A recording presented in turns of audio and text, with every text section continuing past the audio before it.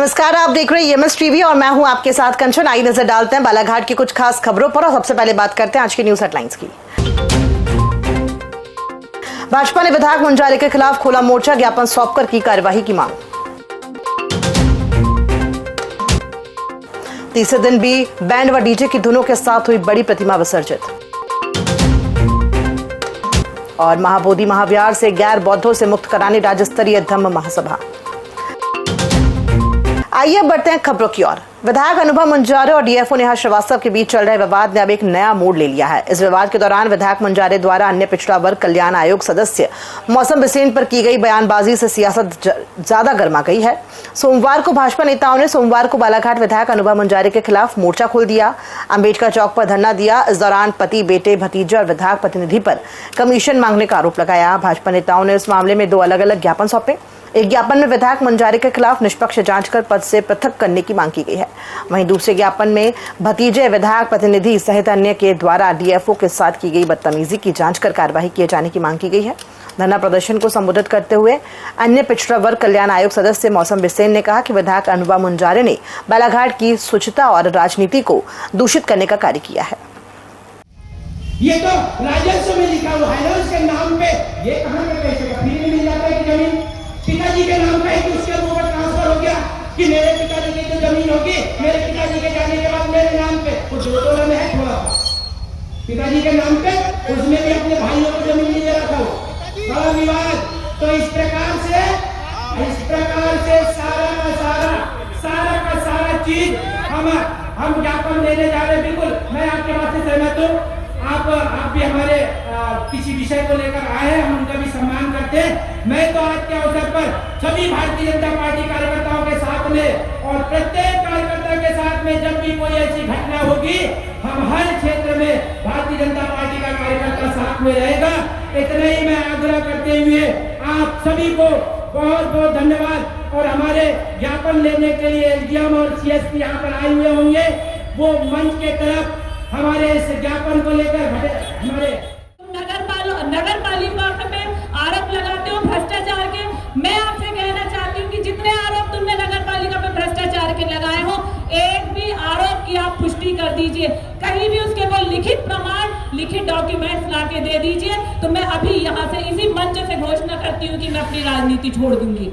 आपके पास कोई लिखित प्रमाण नहीं है, कोई पुख्ता प्रमाण नहीं है और आप सिर्फ हवा में बातें करते हैं। आप भ्रष्टाचार की बातें करते हैं जिसका खुद का रोम भ्रष्टाचार में डूबा हुआ है।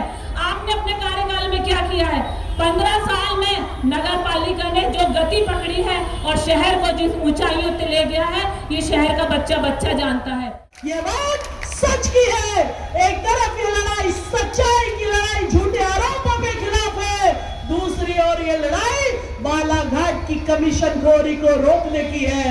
मैं बालाघाट विधानसभा क्षेत्र के मेरे कार्यकर्ताओं से कहना चाहती हूँ, 77 पंचायत बालाघाट नगर और 10 पंचायत बालाघाट जनपद की है।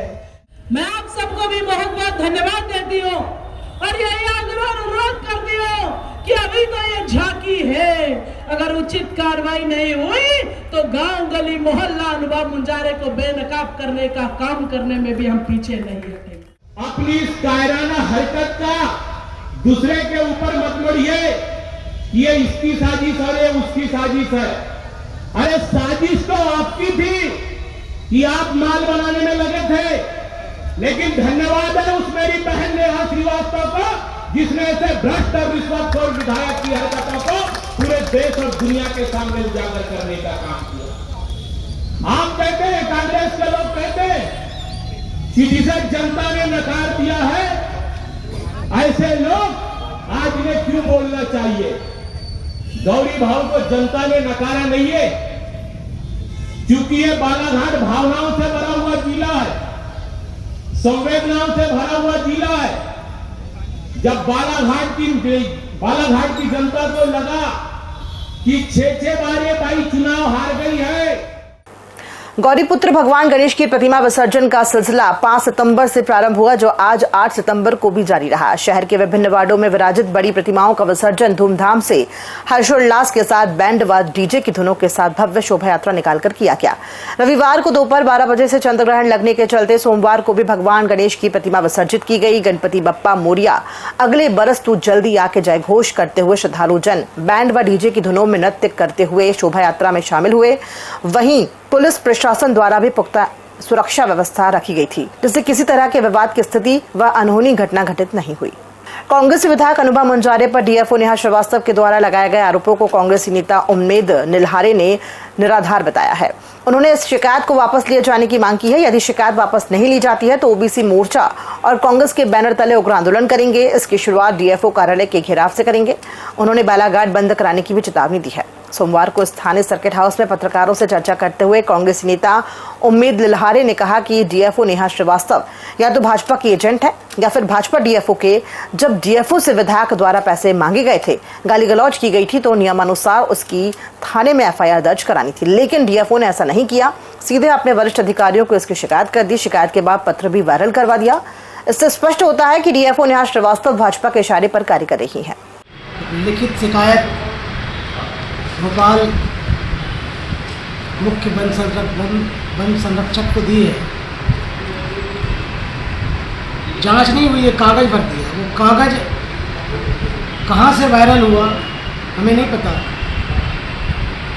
वो कागज वायरल हुआ और उसके आधार पर पूरे बालाघाट जिले में, पूरे मध्य प्रदेश में, कि बालाघाट विधानसभा की विधायक, कांग्रेस की विधायक अनुभव मुंजारे द्वारा डीएफओ नेहा श्रीवास्तव को 2-3 लाख रुपया मांगने की बात कही गई कागज में। डीएफओ श्रीवास्तव को अनर्गल गालियां दी गई, ये कहना है उसका, ये भी कागज में। डीएफओ श्रीवास्तव को अमानवीय ढंग से प्रताड़ित किया गया, ये डीएफओ श्रीवास्तव का कहना है। बौद्धों की आस्था का केंद्र महाबोधि महाविहार को गैर बौद्धों से मुक्त कराने बौद्ध अनुयायियों द्वारा काफी लंबे समय से धरना, आंदोलन, ज्ञापन सौंपकर संघर्ष किया जा रहा है, लेकिन अभी तक महाबोधि महाविहार को बौद्धों को नहीं सौंपा गया है। जिससे सोमवार को शहर मुख्यालय के उत्कृष्ट स्कूल मैदान में महाबोधि महाविहार को पूरी तरह से बौद्धों को सौंपे जाने राज्य स्तरीय धम्म महासभा का आयोजन किया गया।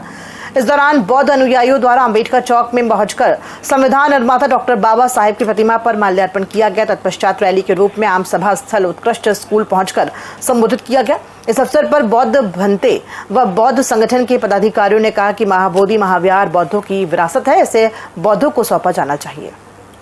उससे कोई दिक्कत नहीं, क्योंकि बाबा साहब अम्बेडकर को बोलने में गोलमेज कॉन्फ्रेंस में उसमें प्रतिबंध लगाए थे, लेकिन बाबा साहब अम्बेडकर वहां पर नहीं बोलते तो इस देश का जो भारत है आजाद नहीं होता। कि देश बाबा साहब का देश की बुनियाद तो अपनी सवार अम्बेडकर। और हमारी मांग है कि 1949 जो बौद्ध मंदिर अधिनियम है, ये असंवैधानिक काला कानून है।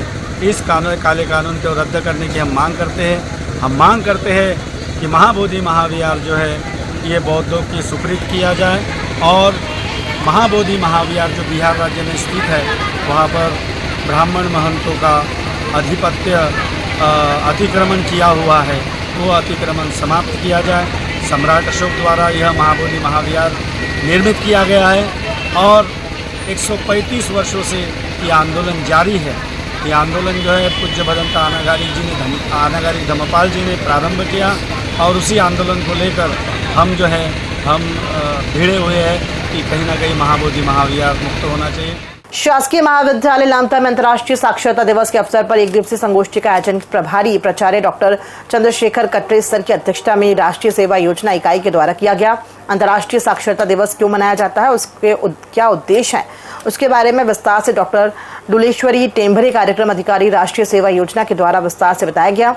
प्रोफेसर सुंदरलाल बिसेन के द्वारा अक्षर ज्ञान क्या होता है, साक्षरता की क्या परिभाषा है, संबंध में बताया। श्रीमती चित्रमाला भीमटे मैडम ने बताया कि आसपास के वातावरण को समझना साक्षरता का सटीक उदाहरण है। मंच संचालन कार्यक्रम अधिकारी डॉक्टर डुलेश्वरी टेम्भरे के द्वारा किया गया। कार्यक्रम का आभास श्रीमती वंदना मैडम के द्वारा किया गया। कार्यक्रम को सफल बनाने में श्री प्रवेश यादव, प्रमोद यादव, अनिल विश्वकर्मा, श्रीमती तुलसी झरिया और समस्त महाविद्यालय निष्ठा उपस्थित रहा। स्वयंसेवक के रूप में हरेंद्र बघेल, रीना नकपुरे, रविंद्र बघेल का सराहनीय योगदान रहा। ठीक है, अब जिन बच्चों ने बीच में अपनी पढ़ाई छोड़ दी, ठीक है, कई ऐसे बच्चे आप अपने अपने गांव में, अपने अपने मोहल्ले में, अपने अपने परिवार में ऐसे उदाहरण दे सकते हैं कि कुछ लोगों ने क्या किया कि 7, 8, 9, 10, 11, 12 आदि तक के बहुत सारे साथी हमारे कुछ अब तो जो है वो ड्रॉप आउट रेट कम हो गया है। जब हम लोग अपने अंदर थे समावेशी कौशल आधारित शिक्षा जो कि एक नींव का पत्थर साबित होगी। तो आज हम सभी यहाँ पे अंतर्राष्ट्रीय साक्षरता दिवस मनाने के लिए एकत्रित हुए हैं और मतलब सुनने के लिए काफ़ी सारे मैडम हैं जिनसे आपको सुनना है ना। तो इसलिए मैं ज़्यादा कुछ नहीं बताऊंगी, लेकिन ऐसे अधिकार जो साक्षरता के। खबरों में फिलहाल इतना ही। दीजिए इजाजत, नमस्कार।